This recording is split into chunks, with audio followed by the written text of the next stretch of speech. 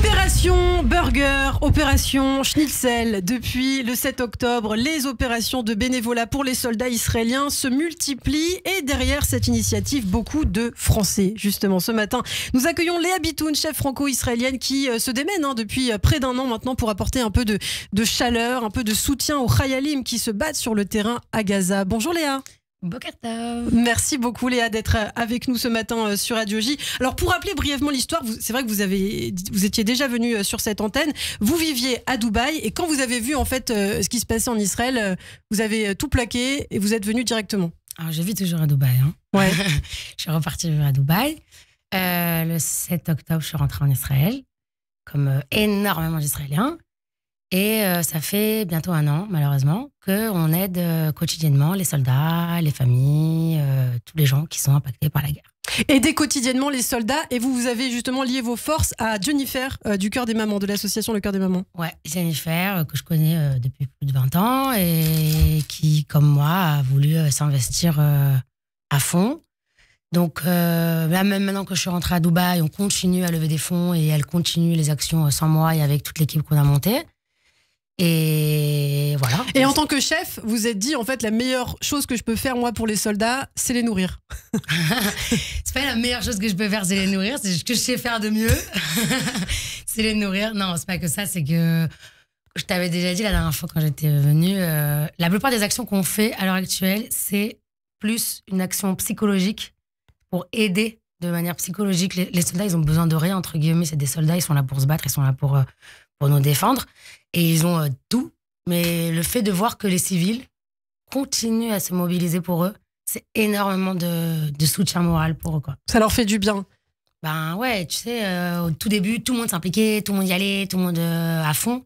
Et là, maintenant, quand tu vois encore que ça fait un an et que les civils, ils sont encore là, que c'est que basé sur des dons. Ils comprennent bien que les gens continuent à donner, continuent à aller dans les bases. Et puis nous, on revoit les soldats plusieurs fois. On dit comme, t'es encore là, t'es encore là, genre c'est incroyable.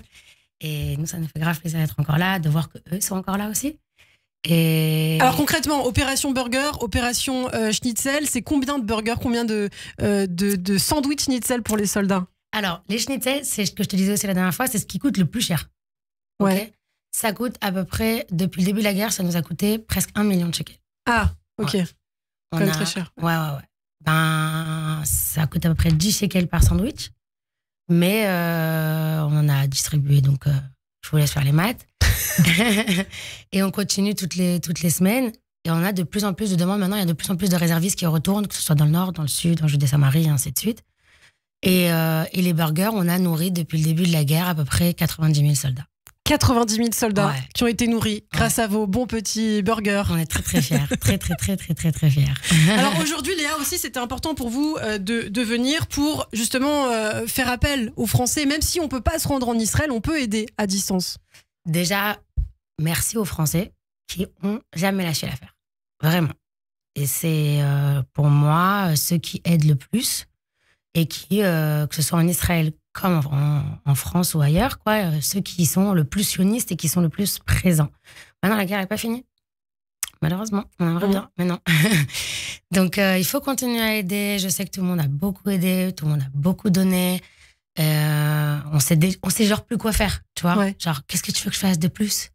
Il y a toujours à faire. Il y a toujours à faire. Il faut continuer à aller en Israël malgré le prix des billets qui sont exorbitants. Je sais, je suis d'accord. Peut-être s'organiser, prendre les billets à l'avance, réfléchir à tout ça. Il y a un truc dont je voulais vraiment parler avec toi. Je sais qu'on nous écoute aussi en Israël, ok? Et les soldats, il y a beaucoup de soldats français qui sont venus se battre en Israël depuis le début, depuis le 7 octobre, qui ont tout quitté, qui sont venus et qui maintenant se retrouvent un peu confrontés c'est compliqué, tu vois, financièrement pour eux. À la réalité financière d'Israël, ouais. Et ils n'ont pas d'appart, ils ne savent pas où aller, ils n'ont pas comment vivre. Donc, si vous êtes en Israël et que vous connaissez des soldats qui sont solitaires, il faut peut-être les aider à les héberger, à les réintroduire dans la société israélienne pour retravailler après. Ça, c'est, je pense, un très très beau geste et quelque chose qu'il faut faire pour les aider. Eh bien, merci beaucoup Léa Bitoun. Merci. On peut vous suivre sur vos réseaux sociaux, on peut vous contacter si on veut vous aider aussi. Léa Bitoun avec un seul T, je précise. Merci beaucoup Léa et je vous dis à très bientôt sur Radio J et Razak, bravo pour tout le travail.